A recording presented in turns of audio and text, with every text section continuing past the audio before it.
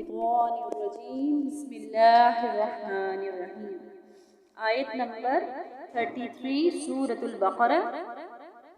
قال فرمایا یا آدم، یعنی اللہ تعالیٰ نے فرمایا اے آدم، انبئہم خبر دو انہیں، بتاؤ انہیں، بِأَسْمَائِهِمْ ان کے ناموں کی. یعنی پیچھے جو آیات میں ہم نے پڑھا تھا کہ اللہ تعالیٰ نے ان کو چیزوں کے نام سکھائے تھے اور پھر ان چیزوں کو فرشتوں کے سامنے پیش کیا کہ آپ ان کے نام بتائیں. تو کیا فرشتوں نے ان کے نام بتائے تھے؟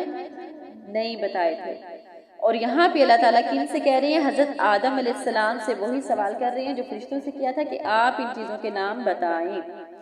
فلما پھر جب انبأہم اس نے خبر دی انہیں، یعنی حضرت آدم علیہ السلام نے فرشتوں کے سامنے بتائے ان چیزوں کے نام، بِأَسْمَائِهِمْ ان کے ناموں کی. قال فرمایا الم اقل، یعنی اللہ تعالیٰ نے فرمایا کیا نہیں میں نے کہا تھا، لکم تم سے، انی بے شک میں، اعلم میں جانتا ہوں، غیب السماواتی غیب آسمانوں کی، یعنی آسمانوں کی چھپی ہوئی باتوں کو، والارض اور زمین کا، یعنی زمین کی چھپی باتوں کو، وعلم اور میں جانتا ہوں، ما تبدون جو کچھ تم ظاہر کرتے ہو، وما اور جو کچھ کنتم ہو تم تکتمون تم چھپاتے.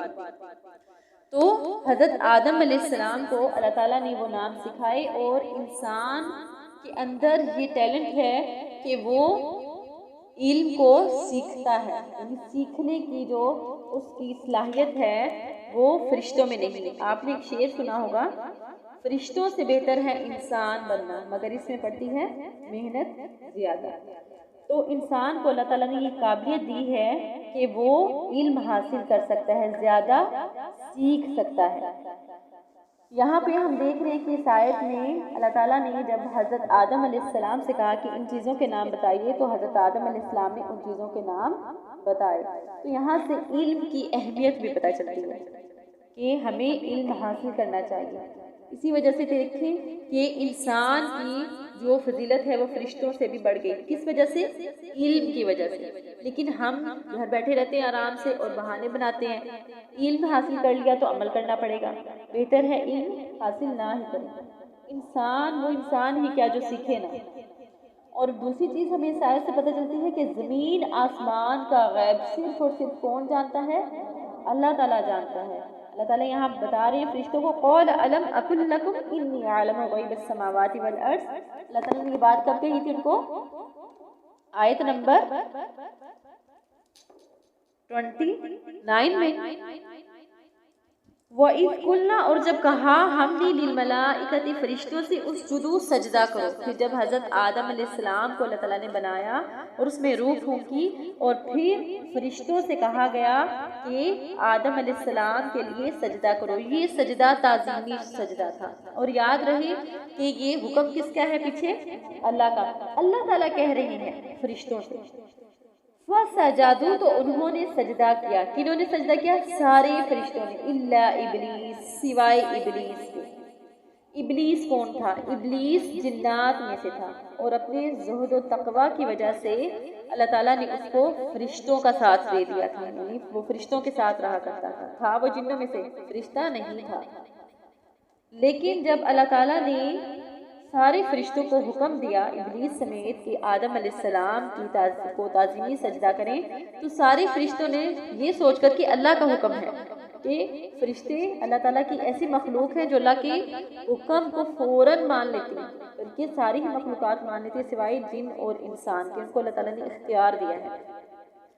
تو جو ابلیس تھا جنات میں سے تھا، اس نے اس بات کو نہ مانا اور ایک سجدے کا انکار کر دیا. ابا اس نے انکار کیا، واستکبر اور تکبر کیا. تکبر کیا تھا؟ اللہ تعالیٰ نے انشاءاللہ قرآن پاک میں آگے ہم پڑھیں گے کہ اللہ تعالیٰ نے سے پوچھا کس چیز نے تجھے منع کیا سجدہ کرنے سے؟ تو وہ کہتا ہے کہ میں آگ سے بنا ہوں اور یہ مٹی سے بنا ہے. یعنی مٹی کو اس نے حقیر جانا اور آگ کو اس نے خاص جانا. اس نے کہا کہ میں اس سے بہتر ہوں، تو میں مٹی کو کیوں سجدہ کروں؟ اس لیے اس نے، یعنی تکبر میں آ کے، تکبر کیا ہوتا ہے؟ دوسروں کو حقیر سمجھنا اور خود کو بڑا سمجھنا. اور اس نے کیا کیا؟ خود کو بڑا سمجھا، حضرت آدم علیہ السلام کو یعنی انسانیت کو حقیر سمجھا اور کہا کہ اس انسان کے آگے میں سجدہ نہیں کروں گا۔ اور اصل میں اس نے انکار کس کا کیا؟ کس کے حکم کا انکار کیا؟ اللہ تعالیٰ کے حکم کا انکار کیا۔ پھر کیا ہو گیا؟ وکانا، اور وہ ہو گیا من الکافرین، کافروں میں سے۔ کافروں میں سے کیوں ہو گیا؟ کیونکہ اس نے کس کی بات نہیں مانی تھی؟ اللہ کی بات نہیں مانی تھی۔ اب یہاں سوچنے کی اور فکر کی یہ بات ہے کہ پورے دن میں ہم کتنے سجدوں کا انکار کرتے ہیں۔ جب اذان ہوتی ہے ہم نماز کے لیے نہیں اٹھتے۔ ابلیس نے صرف ایک سجدے سے انکار کیا تھا۔ اور مثلا اگر فجر کی نماز ہے اس میں 2 سنت ہیں اور 2 فرض ہیں۔ 2 سنتوں میں کتنے سجدے ہیں؟ 4۔ 2 فرض میں کتنے سجدے ہیں؟ 4۔ کل سجدے کتنے ہوئے؟ 8۔ فجر کی اذان ہوتی ہے اور ہم سوئے رہتے ہیں، ہم نے کتنے سجدوں کا انکار کیا؟ 8 سجدوں کا۔ اور اسی طرح باقی تعداد کو آپ شمار کر سکتے ہیں، جتنی نمازیں ہم چھوڑتے ہیں کہ ہم کتنے سجدوں کا انکار کر رہے ہیں۔ تو ابلیس کے ایک سجدے پر اس کو کہا گیا ابا واستکبر وکان من الکافرین، وہ تو کافروں میں سے ہو گیا۔ اور آپ نے حدیث بھی پڑھی ہے نا، کچھ دن پہلے ہم نے حدیث بھی پڑھی ہے کہ کفر اور شرک میں فرق کیا کرتی ہے؟ نماز۔ اگر آپ نماز پڑھ رہے ہیں تو آپ مومن ہیں، مسلمان ہیں۔ اگر آپ نماز نہیں پڑھ رہے تو پھر ہمیں چیک کرنا چاہیے ہم کون ہیں۔ یہاں پہ ایک سجدے کے انکار میں کہہ دیا گیا وکان من الکافرین، وہ کافروں میں سے ہو گیا۔ وقلنا، اور کہا ہم نے یا آدم، اے آدم، اسکن، رہو۔ سکون سے ہے اسکن، کیونکہ انسان گھر میں کیسے رہتا ہے؟ سکون سے رہتا ہے۔ انتا، تم، وزوجکا، اور بیوی تمہاری، ان کی بیوی کون تھی؟ اما حوا، الجنت، جنت میں، واکلا، اور تم دونوں کھاؤ، منہا، اس سے کس سے؟ جنت میں سے، راغدن، فراغت سے، یعنی خوب کھاؤ، جیسے ہم کہتے ہیں نا پیٹ بھر کے کھاؤ، جی بھر کے کھاؤ۔ حیث، جہاں سے شئتما، تم دونوں چاہو، یعنی جس مرضی فروٹ کو کھاؤ، جس مرضی میوے کو کھاؤ۔ ولا تقربا، صرف ایک آزمائش ہے، صرف ایک ٹیسٹ ہے۔ ولا، اور نہ، تقربا، تم دونوں قریب جانا، کس کے قریب جانا؟ ہذہ الشجرۃ، اس درخت، یعنی اس درخت کی طرف اشارہ کیا گیا۔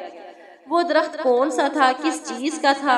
کیا تھا؟ اس کی تفصیل میں جانا اور اس کو سمجھنا ہمارے لیے اہم نہیں ہے۔ اہم بات یہ ہے کہ جس چیز کو لینے کا، کھانے کا یا کرنے کا اللہ نے حکم دیا اس کو کر جائے، جس سے روک دیا اس سے رک جائے۔ فتکونا، ورنہ تم دونوں ہو جاؤ گے، یعنی اگر اس درخت کے پاس بھی گئے یا اس کو ٹیسٹ کر لیا، چکھ لیا، تو تم دونوں ہو جاؤ گے من الظالمین، ظالموں میں سے۔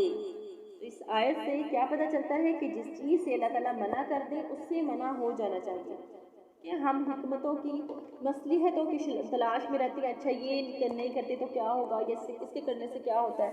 تو جس چیز سے روک دیا جائے اس سے رک جانا چاہیے، اور جس کو کرنے کا حکم دیا جائے اس کو کر لینا چاہیے۔ ابھی یہ جو سٹوری ہے انشاءاللہ آگے چلے گی اور اگلی آیات میں مزید ہمیں بات سمجھ آئے گی۔ آج کا لیسن اتنا ہی، دعا کر لیتے ہیں۔ سبحانک اللہم و بحمدک، نشہد ان لا الہ الا انت، نستغفرک و نتوب الیک۔ السلام علیکم ورحمۃ اللہ وبرکاتہ۔